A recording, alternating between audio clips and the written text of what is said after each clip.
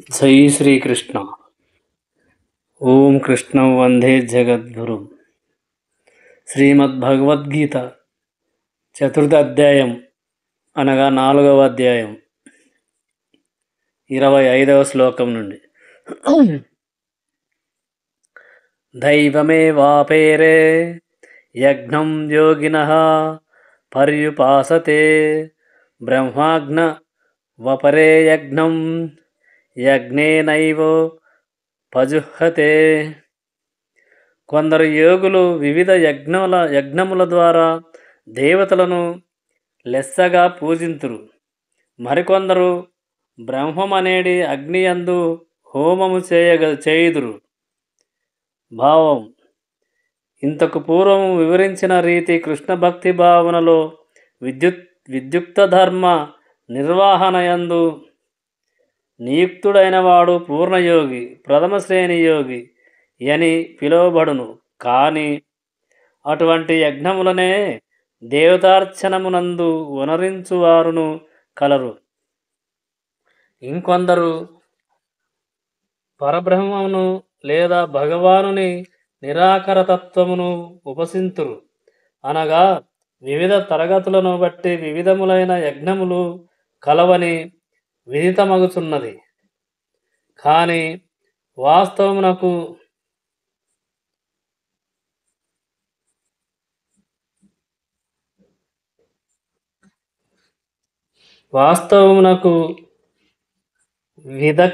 వివిధ కర్తలచే చేయబడు యజ్ఞములందలి వివిధ వర్గములు కేవలము యజ్ఞము యొక్క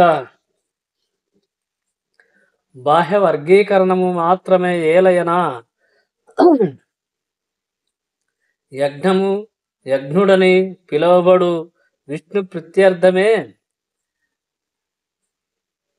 నిర్ణయింపబడి ఉన్నది. కనుక వివిధమైన యజ్ఞములన్నిటినీ 2 ప్రధాన తరగతులుగా విభజించవచ్చును.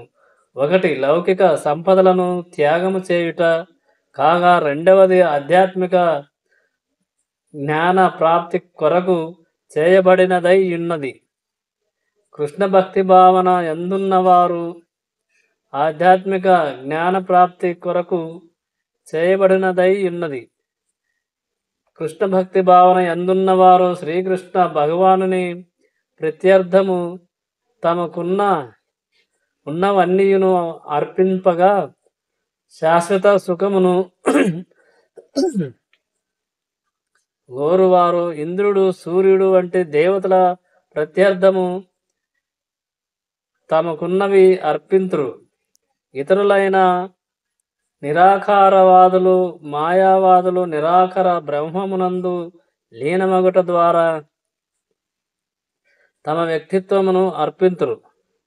భౌతిక జగత్తును పాలించుట మరియు దాని యందు అగ్ని, నీరు, వెలుతురు వంటివి సమకూర్చుట కొరకు దేవదేవునిచే నియమింపబడిన శక్తిమంతులకు జీవులే వివిధ దేవతలు భౌతిక లాభమును కోరువారు అట్టి దేవతలను దేవ కర్మకాండ ప్రకారము పలు యజ్ఞముల ద్వారా పూజింతురు. అట్టివారు బహీశ్వరవాదులు, పలు దేవతలను విశ్వసించువారు అని పిలువబడుదురు. కానీ కొందరు దేవత రూపములను అశాశ్వతములని భావించి పరతత్వము యొక్క నిరాకర తత్వమును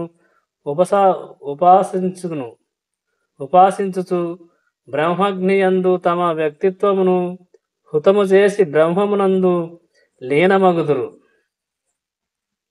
అట్టి నిరాకర వాదులు, మాయావాదులు పరతత్వపు దివ్యతత్వమును అవగతము చేసుకొనుటకై తాత్విక కల్పనల యందు కాలమును వినియోగింతురు. అనగా కామ్యకర్మ రతులు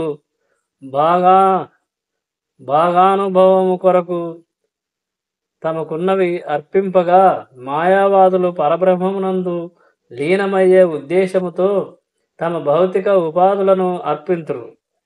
అట్టి నిరాకరవాదికి పరబ్రహ్మే యజ్ఞగుండము మరియు వ్యక్తిత్వమే బ్రహ్మగ్నియందు అర్పింపబడేది ఆహూతి అని అర్జునుని వంటి కృష్ణ కృష్ణ భక్తి రసభావితుడు కేవలము కృష్ణుని ప్రత్యర్థమే సమాప్తమును అర్పించును. ఆ విధముగా అతని సమస్త సంపత్తులు మరియు ఆత్మ అనియును కృష్ణునికి అర్పణమగును. కనుకనే అతడు ప్రథమ శ్రేణి యోగి అయ్యున్నాడు. కాని అతడు తన వ్యక్తిత్వము నన్నెన్నడను కోల్పోవడు. 26వ శ్లోకం. శ్రోతాది నింద్రియన్యేన్యే సంయమాగ్నిషు జాహతి శబ్దధీన్ విషయానన్య ఇంద్రియాగ్నిషు జుహతి.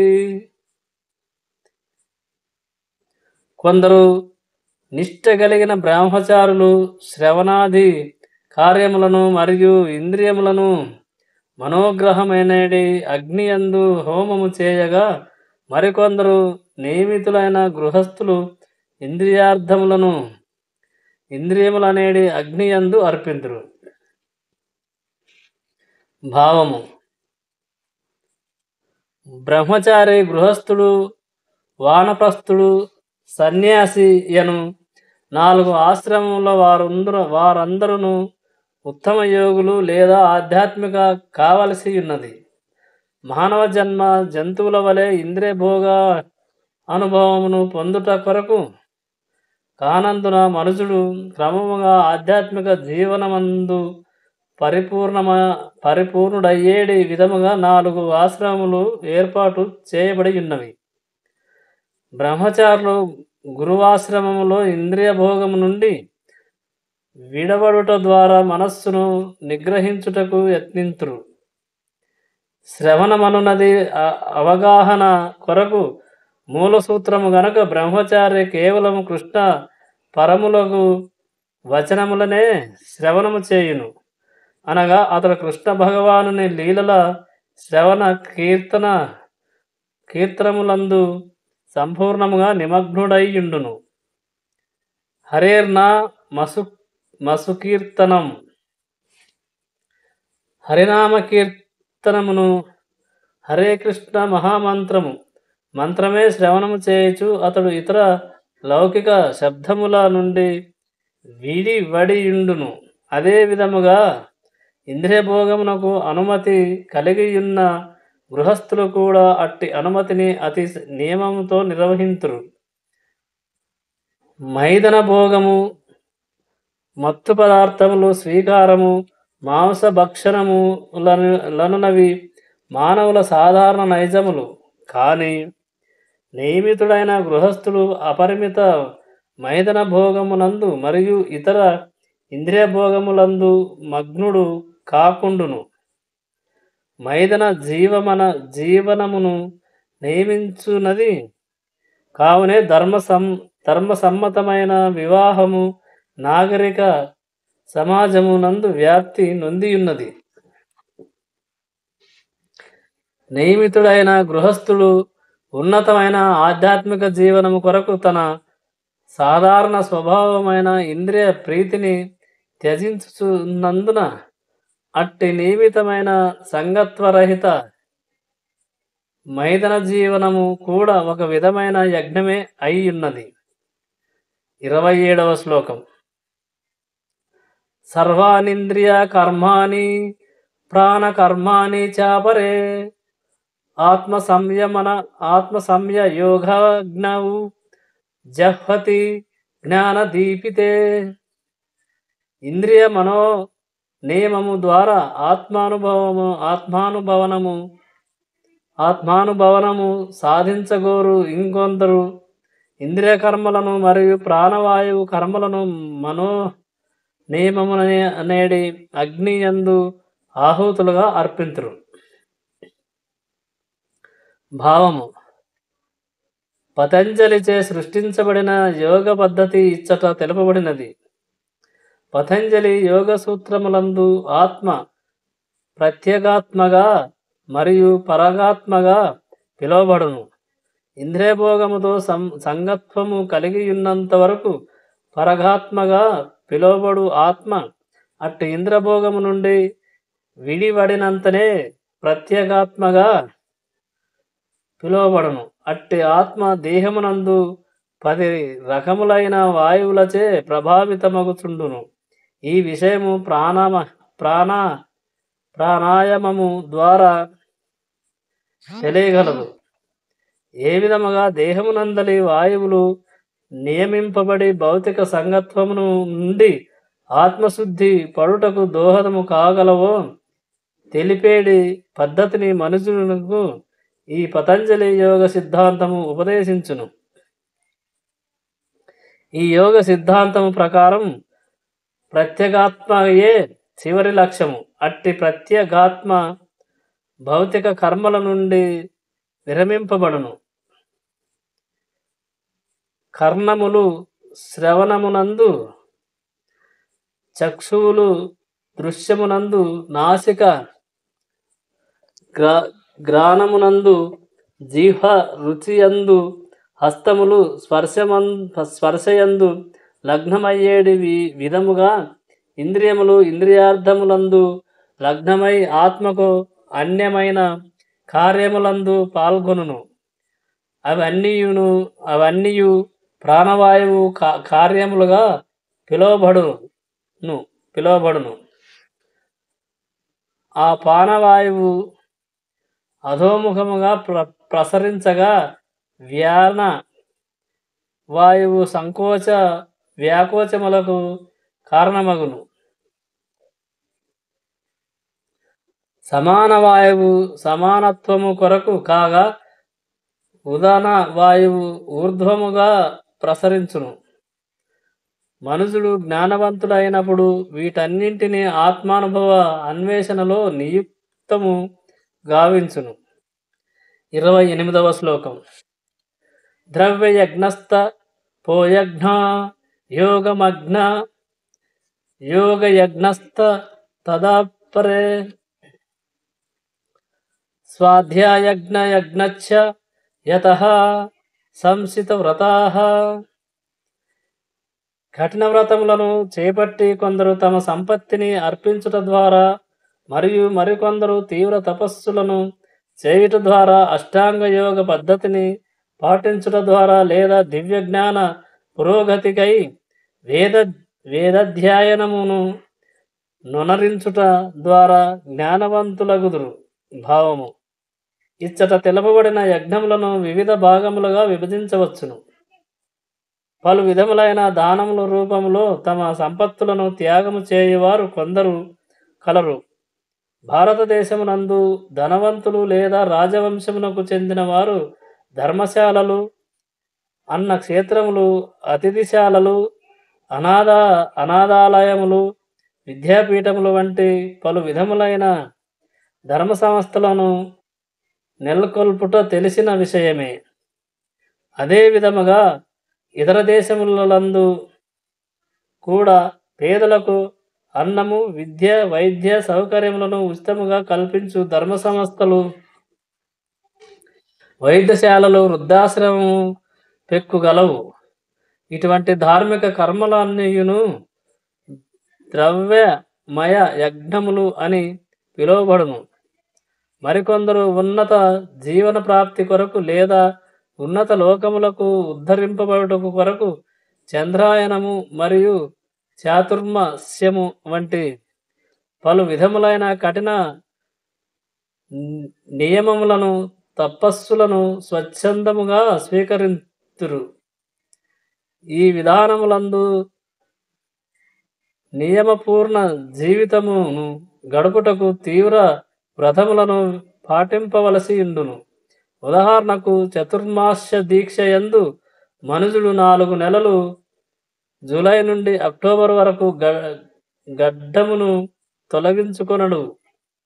అన్ని రకముల ఆహారమును స్వీకరింపక ఏకభక్తముండును. గృహమును విడిచి వెళ్ళకుండను. జీవిత సుఖమును త్యాగమనర్చుటన్నటువంటి ఆ యజ్ఞములు తపోమయ యజ్ఞములు అని పిలువబడును. ఇంకను మరికొందరు బ్రహ్మమునందు లీనమవగోరి పతంజలి యోగమునందు గాని హఠయోగము లేదా అష్టాంగ యోగమునందు కాని సిద్ధులను కోరి నియుక్తులగుదురు. ఇంకొందరు వివిధములైన తీర్థస్థానములు కేగుచుందురు. ఈ అభ్యాసములు భౌతిక జగమునందు ఏది ఏ ఒక సిద్ధిని కోరి వనరింపబడు యోగ యజ్ఞములు. మరికొందరు ఉపనిషత్తులు, వేదాంత సూత్రముల వంటి వేదశాస్త్రములను లేదా సాంఖ్యజ్ఞానమును అధ్యయనము చేయుట యందు నియుక్తులగుదురు. అట్టివి స్వాధ్యాయజ్ఞములు. అధ్యయన యజ్ఞమందు నియుక్తులగుట అనబడును. ఈ విధముగా యోగులందరూ వివిధములైన యజ్ఞములందు నియుక్తులై ఉన్నత జీవన స్థితిని పొందగోరి ఇందురు. కాని శ్రీకృష్ణ భగవానుని ప్రత్యక్ష సేవయై యున్నందున కృష్ణ భక్తి రసభావన ఎనునది వీటన్నింటికి భిన్నమైనది. అది పైన తెలుపబడిన ఏ విధమైన యజ్ఞముల చేతను గాక కేవలము శ్రీకృష్ణ భగవానుడు మరియు అతని ప్రామాణిక భక్తుల కరణ చేతనే ప్రాప్తము కాగలదు. కనుకనే కృష్ణ భక్తి రసభావనము దివ్యమై యున్నది. 29వ శ్లోకం. అపానే జహ్వతి ప్రాణం ప్రాణేన పానం తదాపరే ప్రాణాపానగతి రుధ్వ ప్రాణాయామయ పరాయణః ప్రాణామయ పరాయణః అపరే నియతాహారః ప్రాణాన్ ప్రాణేషు జుహతి. ప్రాణాయామము ద్వారా సమాధి యందు నిలువగోరు ఇంకొందరు ప్రాణమును అపాయమునందు మరియు అపానమును ప్రాణమునందు అర్పింప యత్నించి శ్వాసను సంపూర్ణముగా బంధించి అంత్యమున సమాధి మగ్నులగుదురు. మరికొందరు ఆహారమును నియమించి ప్రాణవాయువునందే యజ్ఞముగా అర్పింతురు. భావము. శ్వాసను నియమించునట్టి ఈ యోగ పద్ధతి ప్రాణాయామము అనబడును. ఈ యోగ పద్ధతి వివిధములైన ఆసనముల ద్వారా హఠయోగమునందలి ప్రారంభ దశలో ఆచరింపబడును.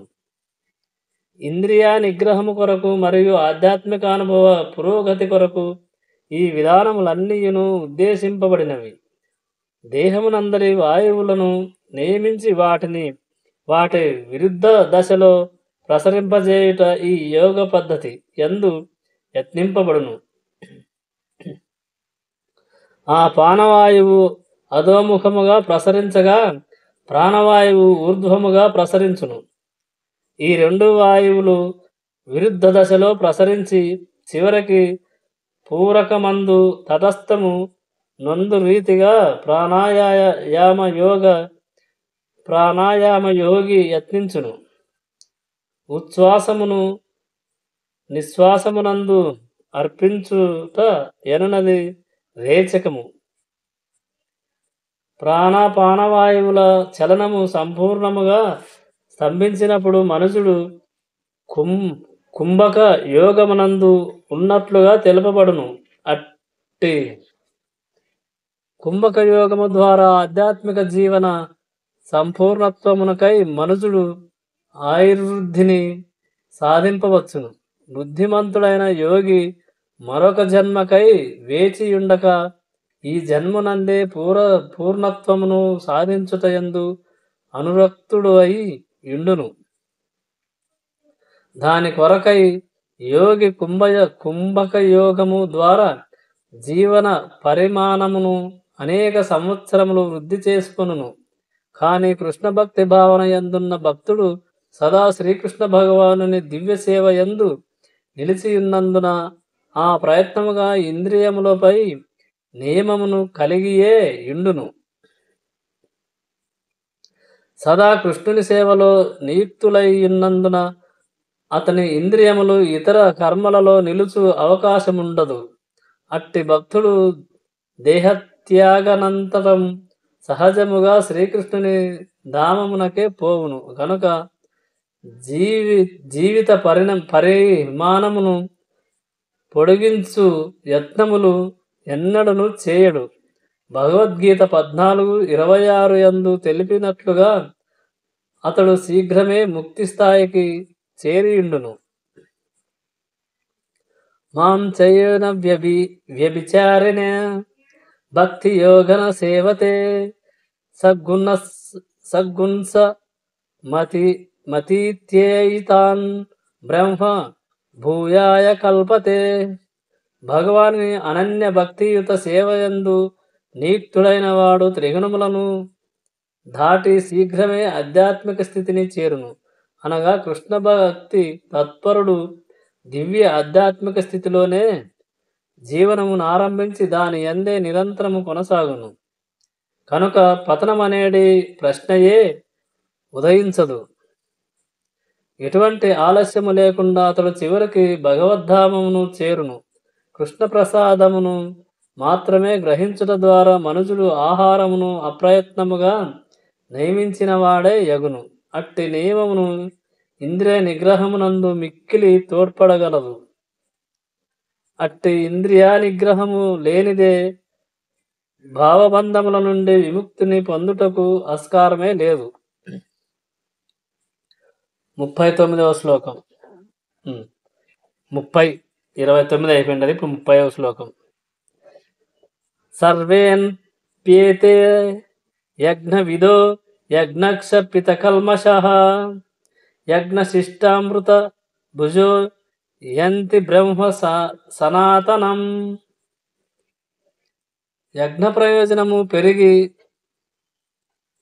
ఈ కర్తలందరూ పాపఫలముల నుండి శుద్ధిపడి యజ్ఞఫలమనేది అమృతమును ఆస్వాదించినందున నిత్యమైన భగవద్ధామము వైపునకు పురోగమింతురు.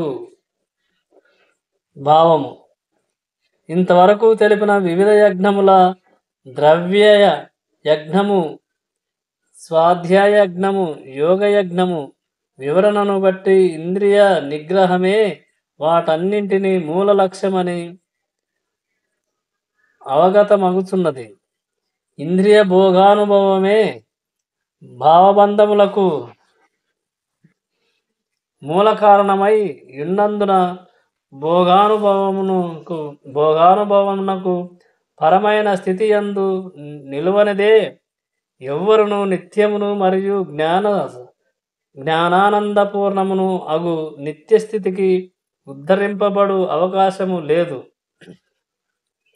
అట్టి స్థితి నిత్యాకాశమునందు పరబ్రహ్మాకాశమునందు కలదు. ఇంతవరకు తెలుపబడిన యజ్ఞములన్నీయును భౌతిక జీవనము పాపఫలముల నుండి శుద్ధపడుటకు మనుషులు తోడ్పడును. ఇట్టి పురోగతి ద్వారా అతడు జీవితమునందు ఆనందమయుడు మరియు వైభవోపేతుడగుటయే గాక అంత్యమున నిరాకార బ్రహ్మమునందు లీనమగుట ద్వారా కానీ లేదా దేవదేవుడైన శ్రీకృష్ణుని సాహచర్యమును పొందుట ద్వారా కానీ నిత్యమైన భగవద్ధామమును ప్రవేశింపగలడు. 31వ శ్లోకం. నాయం లోకన్నస్త్య యజ్ఞస్య కుతోనన్యః కురు సత్తమా. ఓ కురువంశ శ్రేష్ఠుడా, యజ్ఞమును నిర్వహింపకుండా ఎవ్వరును ఈ లోకమున గాని ఈ జన్మమునందు గాని ఆనందముగా జీవింపలేరు. అట్టి ఎడ తరువాతి జన్మమున గూర్చి వేరుగా చెప్పనేలా. భావము. జీవుడు ఎటువంటి భౌతిక స్థితి అందున్నప్పటికీ తన నిజస్థితి ఎడ జ్ఞానరహితుడై ఇండును. అనగా పాపజన్మల ఫలముల వలననే భౌతిక జగమునందు అస్తిత్వము కలుగుతున్నది. అజ్ఞానము పాపజన్మకు కారణము కాగా పాపజీవనము మనుజుడు భౌతికతత్వమున కొనసాగుటకు కారణమగుతున్నది. అట్టి భావబంధము నుండి ముక్తిని సాధించుటకు మానవ జన్మ యొక్కటే సరి అయిన మార్గమై ఉన్నది. కనుకనే వేదములో దానిని సాధించుటకు ధర్మము, అర్థము, నియమిత ఇంద్రియ భోగము అత్యంత అంత్యమున దుర్బల స్థితి నుండి సంపూర్ణముగా విముక్తి అనేటి మార్గములను చూపుట ద్వారా మనలకు ఒక అవకాశము నొసగుచున్నవి. ధర్మ మార్గము ఇంతవరకు తెలుపబడిన వివిధ యజ్ఞ నిర్వహణములు మన సర్వ ఆర్థిక పరిస్థితులను అప్రయత్నముగా చక్కపరచగలదు. జనాభివృద్ధి అధికముగానున్నను యజ్ఞ నిర్వహణము ద్వారా సమృద్ధి ఆహారము, పాలు, అదివి లభింపగలవు. దేహము చక్కగా పోషింపబడినప్పుడు ఇంద్రియభోగానుభవ భావన కలుగును. కనుకనే వేదముల నియమిత భోగానుభవము కొరకై పవిత్ర వివాహ పద్ధతిని నిర్దేశించుచున్నవి. తద్వారా మనుషుడు క్రమముగా భౌతిక బంధము నుండి ముక్తుడై ఉన్నత స్థితిని చేరును. అట్టి ముక్త స్థితి యందలి సంపూర్ణత్వమే భగవానునితో సహచర్యము పూర్వము వివరించినట్లు అటువంటి సంపూర్ణత్వము యజ్ఞ నిర్వహణము ద్వారానే లభించగలదు. అట్లు వేదములు తెలిపిన రీతిగా యజ్ఞమును నిర్వహించుట యందు మనుషుడు అనురుక్తుడు కానిచో ఈ జన్మమునందైనను సుఖమయ జీవనమును ఊహింపలేడు. ఇక వేరే దేహముతో ఇంకొక లోకమునందు సౌఖ్యమును గూర్చి తెలుపున ఏమున్నది. వివిధ యజ్ఞములను నిర్వహించువారు అమితానందమును గూర్చుటకు స్వర్గలోకములందు వివిధ ప్రమాణములలో భౌతిక సుఖముల గలవు. కానీ కృష్ణ భక్తిని చేయుట ద్వారా ఆధ్యాత్మిక లోకమును పొందుటయే మానవునికి అత్యంత ఉత్కృష్టమైన ఆనందమై ఉన్నది. కనుకనే కృష్ణ భక్తి రసభావనము సర్వభవ క్లేశములకు దివ్యమైన పరిష్కారమై ఉన్నది. 32వ శ్లోకం. ఏవం బహువిధా యజ్ఞ వితాత బ్రహ్మణో ముఖే కర్మజాన విద్ధితాన్ సర్వానేవం జ్ఞానత్వ విమోక్షసే. ఈ వివిధ యజ్ఞములన్నీయును వేదములచే ఆమోదింపబడినవి మరియు అవి అన్నీయును వివిధ కర్మల నుండి ఉద్భవించినవి. వానిని యథార్థ రూపములో ఎరుగుట ద్వారా నీవు ముక్తిని పొందగలవు. భావము. ఇంతవరకు చర్చింపబడినటువంటి వివిధ యజ్ఞములు వివిధ కర్తలకు అనుగుణముగా వేదములందు తెలుపబడి ఉన్నవి. మానవులు దేహాత్మ భావనలో సంపూర్ణముగా మగ్నులై ఇందురు. కావున మనుషుడు దేహముతో గాని మనస్సుతో గాని బుద్ధితో గాని కర్మ నొనరించు రీతిగా ఈ యజ్ఞములు నిర్ణయింపబడినవి. కాని అంత్యమున దేహము నుండి ముక్తిని పొందుట కొరకే అవన్నీయును నిర్దేశింపబడి ఉన్నవి. ఈ విషయము శ్రీకృష్ణ భగవానుని చేతనే స్వయముగా ఇచ్చట నిర్ధారితమైనది. 33వ శ్లోకం. శ్రేయాన్ ద్రవ్యమాయాద్ యజ్ఞత్ జ్ఞానయజ్ఞః పరంతప సర్వం కర్మాఖిలం పార్థజ్ఞానే పరిసమాప్యతే. ఓ పరంతప, జ్ఞాన యజ్ఞము ద్రవ్యమయ యజ్ఞము కన్నను మహత్తరమైనది. ఓ పార్థ, కర్మయజ్ఞములన్నీయును చివరికి దివ్య జ్ఞానమునందే పరిసమాప్తి చెందును. భావము. సంపూర్ణ జ్ఞానస్థితిని సాధించి తద్వారా భౌతిక క్లేశముల నుండి బయటపడి అంత్యమున శ్రీకృష్ణ భగవానుని ప్రేమయుక్త సేవ యందు కృష్ణ భక్తి రసభావనము నియుక్తమగుటయే సర్వయజ్ఞముల ముఖ్యోద్దేశమై ఉన్నది. అయినను ఈ యజ్ఞములకు సంబంధించిన ఒక రహస్యము కలదు. దానిని ప్రతి ఒక్కరూ తప్పక ఎరుగవలెను. అది ఏమనా, కర్త యొక్క శ్రద్ధ ననుసరించి యజ్ఞములు వివిధ రూపములను దాల్చుచుండును. కర్తకు గల శ్రద్ధ దివ్య జ్ఞాన స్థితికి చేరినప్పుడు అట్టి కర్త జ్ఞానరహితముగా కేవలము తన సంపత్తులను త్యాగము చేయువాని కన్నను శ్రేష్ఠుడుగా గుర్తింపబడును. ఏలయనా జ్ఞానప్రాప్తి కలుగునప్పుడు యజ్ఞములు భౌతిక పరిధికే చెంది ఎట్టి ఆధ్యాత్మికల భావమును గూర్చుకుండును. అట్టి నిజమైన జ్ఞానము చివరికి దివ్య జ్ఞానము ఉత్కృష్ట స్థితి అయిన కృష్ణ భక్తి రసభావనగా మార్పు చెందెను. జ్ఞానాభివృద్ధి లేకుండా చేయబడు యజ్ఞములు కేవలము భౌతిక కర్మలే కాగలవు. కానీ అవి జ్ఞానస్థితికి చేరినప్పుడు సంపూర్ణ ఆధ్యాత్మిక స్థాయికి చేరగలవు. ఈ యజ్ఞములు వాటి ఉద్దేశములను అనుసరించి కొన్ని మార్లు కర్మకాండగా కామ్యకర్మలు, మరికొన్ని మార్లు జ్ఞానకాండగా పరమ సత్యాన్వేషణ జ్ఞానము పిలువబడును.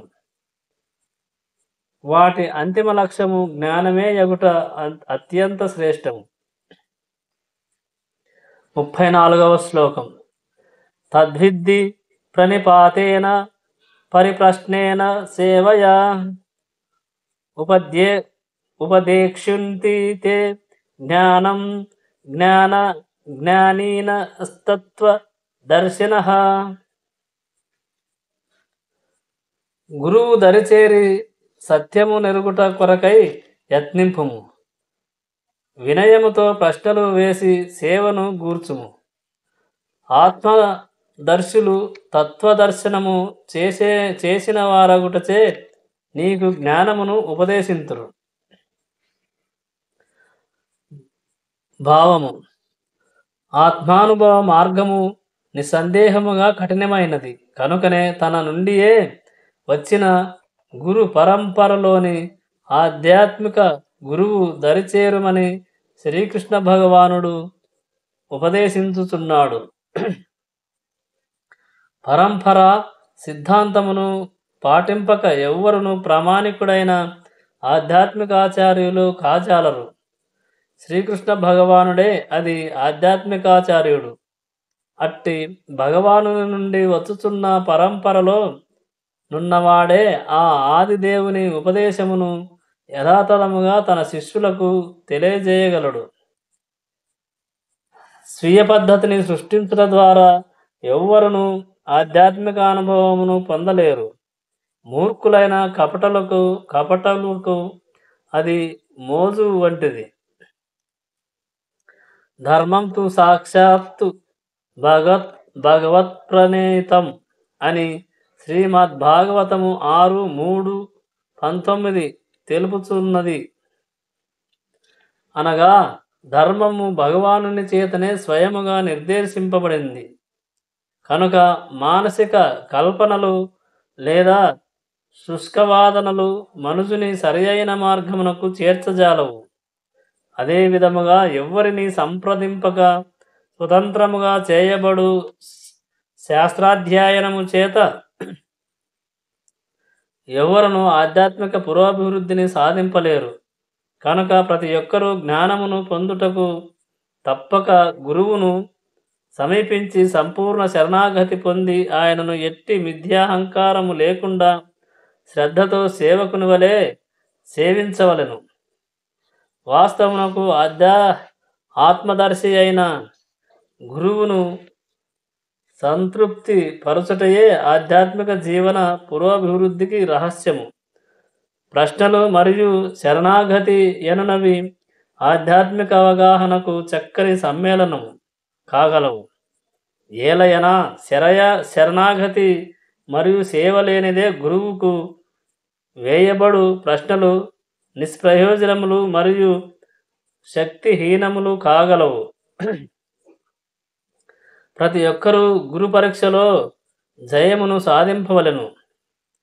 శిష్యుని యందలి శ్రద్ధను గమనించిన గురుదేవుడు ఆ ప్రయత్నముగా అతనికి నిజమైన ఆధ్యాత్మిక అవగాహనము ప్రదానము చేయగలడు. గ్రుడ్డిగా అనుసరించుట మరియు అర్ధరహిత ప్రశ్నలు వేయుట రెండును ఈ శ్లోకమునందు నిరసింపబడినవి.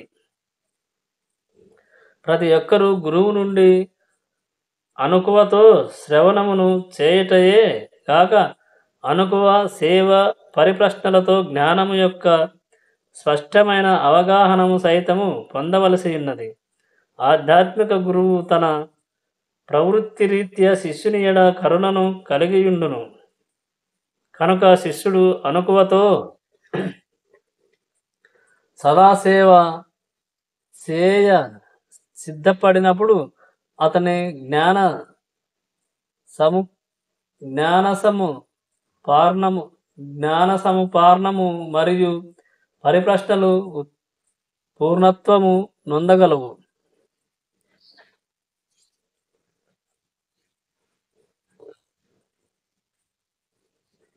35వ శ్లోకం.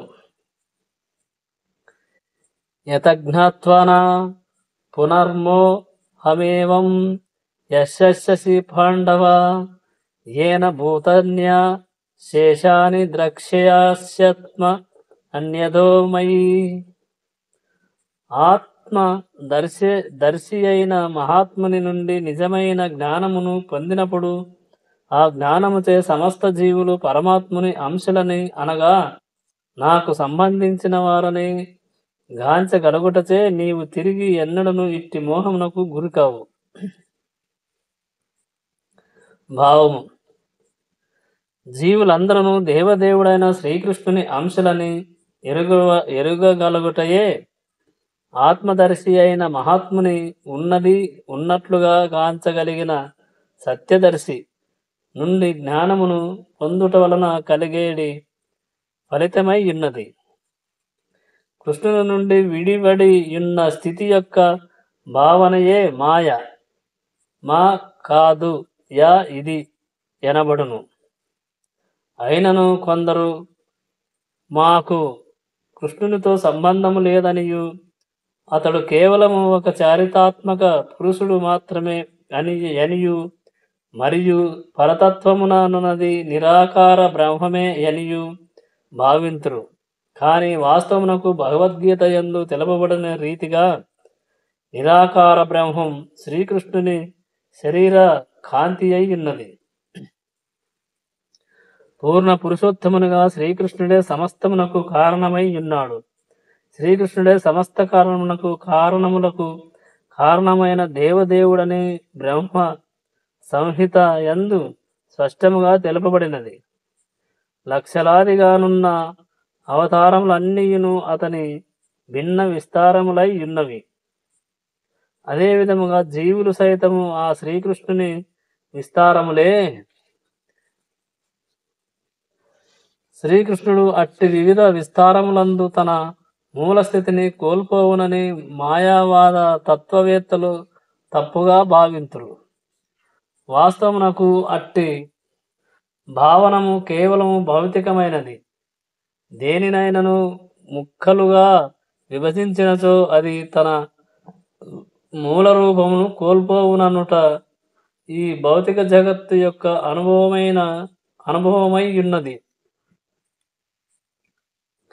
కానీ పరతత్వమనగా ఒకటిని ఒకటితో కలుపగా ఒకటిగా నుండు సధనియు మరియు ఒకటి నుండి ఒకటిని తీసివేసినను ఒకటిగానే నిలుచునటువంటిదనియు వారు ఎరుగజాలరు. కానీ ఆధ్యాత్మిక జగము సమస్తము ఈ రీతిగానే ఉండును. పరతత్వమును గూర్చిన తగిన జ్ఞానము లేనందున మాయచే కప్పబడి మనము శ్రీకృష్ణుని నుండి వేరే నేడి భావనము కలిగియుందురు. మనము శ్రీకృష్ణుని నుండి విడివడిన అంశలమైనను అతని నుండి భిన్నులము కాము. జీవుల దేహభేదములు మాయా యోగిగానే వాస్తవము కాదు. మనం అందరము శ్రీకృష్ణుని సేవ కొరకే ఉద్దేశింపబడి ఉన్నాము. కానీ మాయా కారణముననే అర్జునుడు బంధువులతో గల దేహ సంబంధిత బంధమును భగవానుడైన శ్రీకృష్ణునితో గల నిత్య ఆధ్యాత్మిక బంధము కన్నను ముఖ్యమైనదిగా భావించెను. శ్రీకృష్ణుని నిత్య దాసునిగా జీవుడెన్నడను కృష్ణుని నుండి వేరు కాడనియు మరియు శ్రీకృష్ణుని నుండి తాను వేరేనేడి జీవుని భావన మాయా అనియు ఉద్దేశించుట కొరకే భగవద్గీత ఉద్దేశింపబడినది. భగవానుని నిత్యాంశలుగా జీవులు నిర్వహింపవలసిన ప్రయోజనమొకటున్నది. అయినను వారు దానిని అనంతకాలముగా మరచిపోయి మనుష్య పశ్వాది వివిధ దేహములందు స్థితిని పొందుతున్నారు. శ్రీకృష్ణ భగవానుని దివ్య సేవను మరచుట చేతనే అట్టి వివిధ దేహములు కలుగుతున్నవి. కానీ మనుషుడు కృష్ణ భక్తి రసభావన ద్వారా దివ్య సేవలో నియుక్తుడైనప్పుడు శీఘ్రమే మోహము నుండి విడివడగలడు. అట్టి జ్ఞానము కేవలము ఆధ్యాత్మిక గురువు ద్వారానే లభింపగలదు. తద్వారా జీవుడు శ్రీకృష్ణుడితో సముడనేడి భ్రాంతి నశించిపోవును. పరమాత్ముడైన శ్రీకృష్ణుడు సకల జీవులకు ఆశ్రయుడనియు మరియు అట్టి ఆశ్రయమును విడిచి ప్రకృతిచే భ్రాంతి నొందుట వలన జీవులు తమను వేరుగా భావించుచున్నారనియు తెలిసికొనగలుగుటయే వాస్తవమునకు పూర్ణ జ్ఞానము. ఆ కారణముననే వారు భౌతిక ఉపాధి తదాత్మయముచే కృష్ణుని మరచుతున్నారు.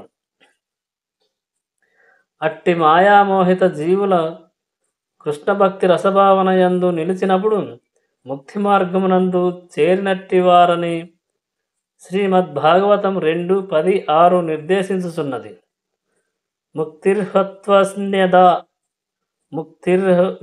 ముక్తిర్హత్వన్యథా రూపం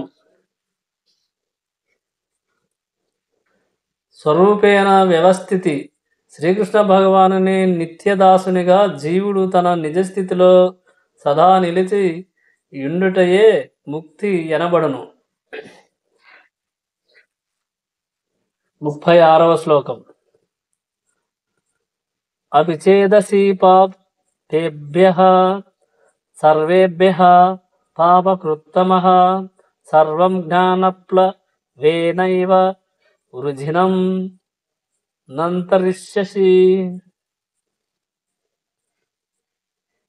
ఒకవేళ నీవు పాపులందరిలోనూ పరమ పాపిగా భావింపబడినను దివ్య జ్ఞానమనేది పరమ పడవయందు స్థితుడైనచో దుఃఖ సముద్రమున దాటగలవు.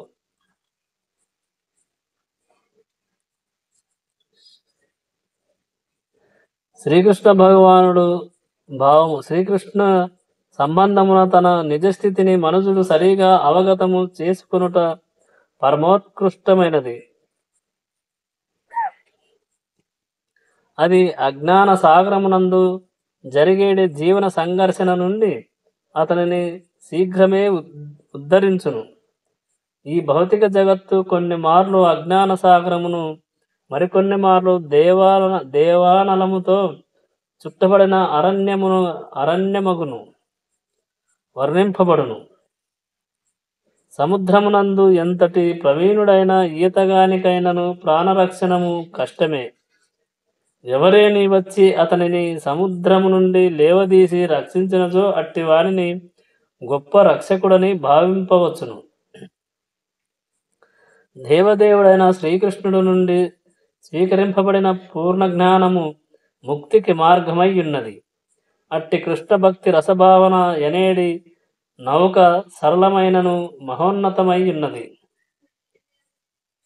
37వ శ్లోకం. యథైతాంసి సమిద్ధోన్నగ్నిర్భస్మ సాత్ కురుతేనార్జున జ్ఞానాగ్నిః సర్వకర్మాణి భస్మసాత్ కురుతే తథా. ఓ అర్జున, మండుచున్న అగ్ని కట్టెలను బూడిదగా చేయునట్లు జ్ఞానాగ్ని భౌతిక కర్మ ఫలముల నన్నింటినీ బూడిదగా చేసి వేయును. భావము: ఆత్మ, పరమాత్మ మరియు వాని నడుమగల సంబంధమును గూర్చిన పూర్ణ జ్ఞానము ఇచ్చట అగ్నితో పోల్చబడినది. ఈ అగ్ని పాపఫలములనే కాక పుణ్యకర్మ ఫలములను కూడా భస్మ పటలము కావించును. కలుగబోవు ఫలము ఫలానంతమగుచున్న ఫలము, అనుభవించుచున్న ఫలము, సంచిత ఫలమనుచు కర్మఫలములందు అనేక స్థితులు గలవు. కానీ జీవుని నిజస్థితి యొక్క జ్ఞానము సమస్తమును భస్మము చేయగలదు. మనుషుడు జ్ఞానవంతుడైనప్పుడు సంచిత ప్రారబ్ధాది సర్వకర్మ ఫలములు నశించిపోవును. కనుకనే బృహదారణ్యకోపనిషత్తు 4:22 నందు ఉభే ఉహైవైష ఏతే తరత్వమృతాః సాధ్వసాధుని పుణ్య పాపకర్మములు రెండింటినీ మనుషుడు అధిగమించును అని తెలుపబడినది. 38వ శ్లోకం. నహి జ్ఞానేన సదృశం పవిత్రమిహ విద్యతే ఉత్స్వయం యోగ సంసిద్ధః కాలేనాత్మని విందతి. ఈ జగమునందు ఆధ్యాత్మిక జ్ఞానము వలె పవిత్రమైనది మరియు మహోన్నతమైనది వేరొక్కటి లేదు. సకల యోగముల పక్వఫలమైన అజ్ఞానమును భక్తి యోగాభ్యాసమందు పరిపక్వతను సాధించినవాడు కాలక్రమమున తన యందే అనుభవించును. భావము: దివ్య జ్ఞానమును గూర్చి పలుకునప్పుడు ఆధ్యాత్మిక అవగాహనతోనే మనము ఆ కార్యమును చేయుదుము. అట్టి ఆధ్యాత్మిక జ్ఞానము లేదా దివ్య జ్ఞానము కన్నను పవిత్రమైనది మరియు ఉన్నతమైనది వేరొక్కటి లేదు. అజ్ఞానము బంధమునకు కారణము కాగా అట్టి జ్ఞానము ముక్తికి కారణమై ఉన్నది. అది ఏ భక్తియోగ పక్వ ఫలము. అట్టి దివ్య జ్ఞానము నందు స్థితిని పొందినవాడు శాంతిని తన యందే అనుభవించుటచే దాని కొరకు బాహ్యమున వెదుక నవసరము కలగదు.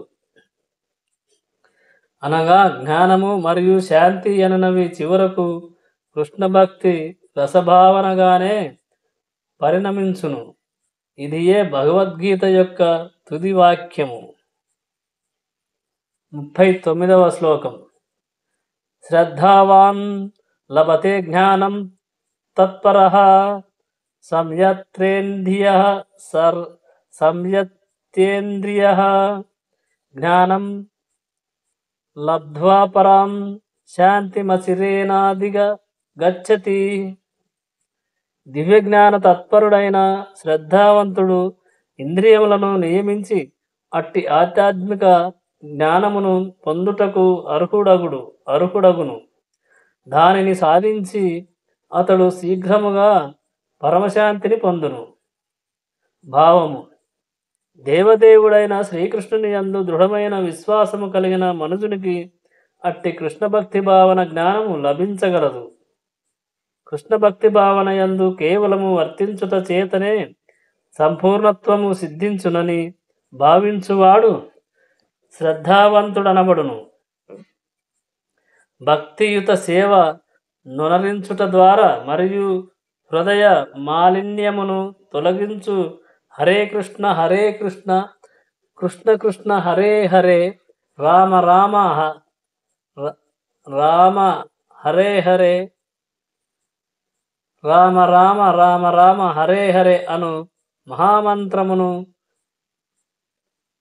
జపకీర్తనములు చేయుట ద్వారా అట్టి శ్రద్ధ ప్రాప్తించగలదు. ఈ మంత్రము ఇంకోసారి: హరే కృష్ణ కృష్ణ కృష్ణ హరే హరే హరే రామ రామ రామ హరే హరే అను మహామంత్రమును జపకీర్తనములు చేయుట ద్వారా అట్టి శ్రద్ధ ప్రాప్తించగలదు. వీనితో పాటుగా అతడు ఇంద్రియములను సైతము నిగ్రహించవలెను.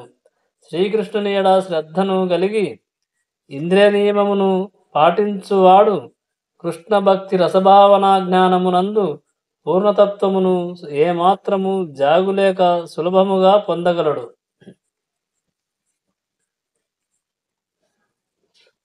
40వ శ్లోకం. అజ్ఞాచ్య శ్రద్ధాదానాచ్చ సంశయాత్మా వినశ్యతి నాయం లోకోనప్తినా పరోన సుఖం సంశయాత్మనః.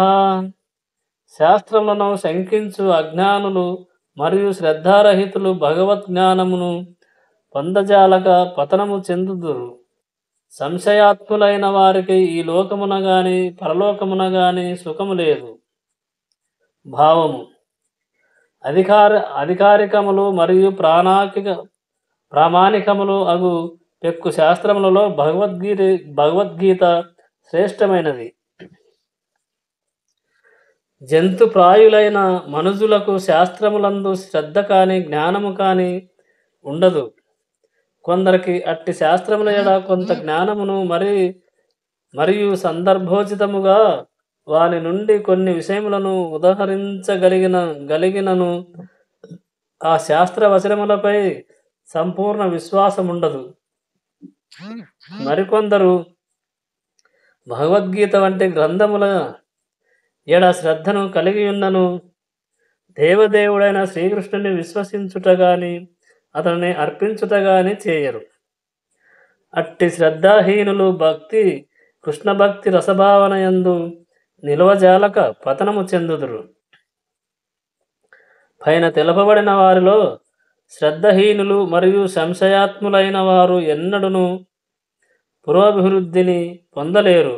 దైవమునందు అతని వచనమునందు శ్రద్ధ లేని వారు ఇహ పరములందు ఎట్టి శుభమును బడయజాలరు. కనుక ప్రతి ఒక్కరూ శాస్త్ర నియమములను పాటించుచు జ్ఞానస్థాయికి ఎదగవలెను.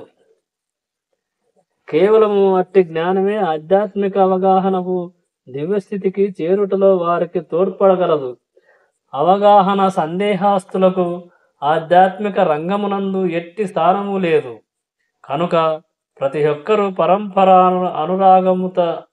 పరంపరా అనుగతముగా వచ్చుచున్న గొప్ప ఆచార్యుల అడుగుజాడల అనుసరించుచు విజయమును సాధింపవలెను.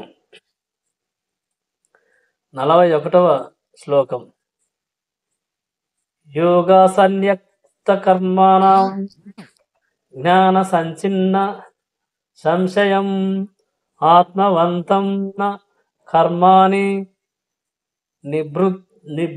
నిబధ్నంతి ధనంజయ. కర్మాణి నిబధ్నంతి ధనంజయ. కర్మఫలము నన్నింటినీ త్యజించి భక్తియోగమునందు వర్తించుచు దివ్యజ్ఞానమును చే సందేహములు నశించియున్నవాడు వాస్తవముగా ఆత్మయందే స్థితుడైనట్టివాడు. ఓ ధనంజయ, ఆ విధముగా అతడు కర్మఫలములచే బంధితుడు కాడు.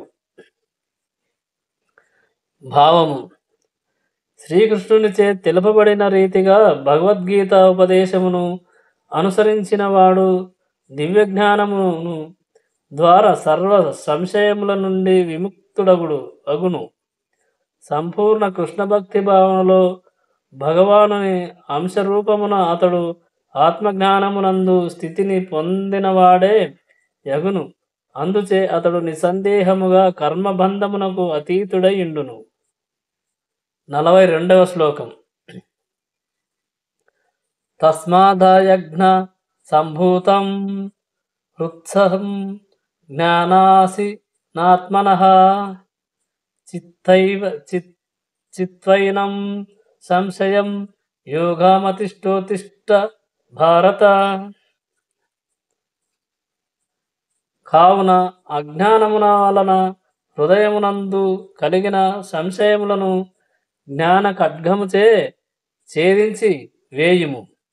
ఓ భారత, యోగ సమన్వితుడవై యుద్ధము చేయుటకు లెమ్ము. భావము. ఈ అధ్యాయమున ఉపదేశింపబడిన యోగ పద్ధతి సనాతన యోగము, జీవునిచే నిర్వహింపబడు నిత్య కర్మలు అని పిలువబడును. ఈ యోగ విధానము 2 విధములైన యజ్ఞకర్మలను కూడియుండును. అందు ఒకటి ద్రవ్యమయ యజ్ఞమని పిలువబడగా, రెండవది శుద్ధ ఆధ్యాత్మిక కర్మ అయినటువంటి ఆత్మజ్ఞానముగా పిలువబడును. ద్రవ్యమయ యజ్ఞము ఆత్మానుభవముతో సంధింపబడినచో అది భౌతిక కర్మగా పరిణమించును. కానీ అట్టి యజ్ఞములను ఆధ్యాత్మిక ఉద్దేశముతో భక్తి యోగమునందు నిర్వహించువాడు పూర్ణయజ్ఞమును కావించిన వాడగును. ఇక మనము ఆధ్యాత్మిక కర్మలను గూర్చి పరిశీలించినచో వాటి యందు 2 విభాగములను గాంచగలము. అందు ఒకటి తనను గూర్చి తెలుసుకొనుట, స్వస్థితి కాగా, రెండవది దేవదేవుడైన శ్రీకృష్ణ భగవానుని గూర్చిన సత్యమును ఎరుగుట కాగలదు. భగవద్గీత మార్గమును యథాతథముగా ననుసరించువాడు ఆధ్యాత్మిక జ్ఞానమునందలి ఈ 2 ముఖ్య విభాగములను సులభముగా అవగతము చేసుకొనగలడు. అట్టి వానికి ఆత్మ శ్రీకృష్ణ భగవానుని అంశ ఎనేడి పూర్ణ జ్ఞానము సులభముగా లభించును. అటువంటి వాడు శ్రీకృష్ణ భగవానుని దివ్య కర్మలను సులభముగా అవగతము చేసుకొనగలడు. కావున అతనికి గల జ్ఞానము లాభదాయకము కాగలదు. ఈ అధ్యాయపు ఆరంభంలో భగవానుని దివ్య కర్మలు అతని చేతనే చర్చింపబడి ఉన్నవి. అట్టి గీతోపదేశమును అవగాహన చేసుకొనలేనివాడు శ్రద్ధారహితునిగను మరియు భగవానునిచే వసగబడిన కొద్దిపాటి స్వతంత్ర్యమును దుర్వినియోగపరచిన వాడగును భావింపబడును. అట్టి ఉపదేశము లభించిన పిమ్మటయు చిత్ జ్ఞాన స్వరూపునిగా శ్రీకృష్ణ భగవానుని నిజతత్వమును తెలుసుకొనలేనివాడు నిక్కముగా గొప్ప మూర్ఖుడే. అట్టి జ్ఞానమును కృష్ణ భక్తి భావన యందలి నియమములను పాటించుట ద్వారా క్రమముగా తొలగిపోవగలదు. వివిధ దేవతల కొరకై ఉనర్చబడు యజ్ఞముల ద్వారా, పరబ్రహ్మోపాసన ద్వారా, బ్రహ్మచర్యము ద్వారా, నియమిత గృహస్థ జీవనము ద్వారా, యోగము ద్వారా, తపస్సు ద్వారా, భౌతిక సంపత్తుల త్యాగము ద్వారా, వేదాధ్యాయము ద్వారా, వర్ణ శ్రమ ధర్మము అనుసరించుట ద్వారా కృష్ణ భక్తి భావన జాగ్రత్తము కాగలదు.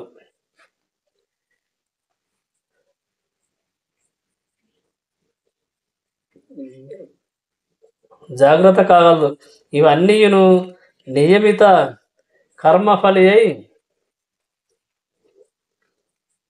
నియమిత కర్మలపై ఆధారపడి యజ్ఞములుగా పిలువబడును. కానీ వీటన్నింటినీ అందలి ముఖ్య విషయము ఆత్మ అనుభవమే కనుక ఆ లక్ష్య సాధనయే వాంఛించువాడు భగవద్గీత యొక్క నిజమైన విద్యార్థి కాగలడు. ఈ శ్లోకమే 4వ అధ్యాయము సమాప్తము. 42వ శ్లోకం. అట్లుగాక శ్రీకృష్ణుని ప్రామాణికతనే శంకించువాడు పతనము నొందగలడు కనుక భగవద్గీతాధ్యాయమునను గాని లేదా వేరే శాస్త్ర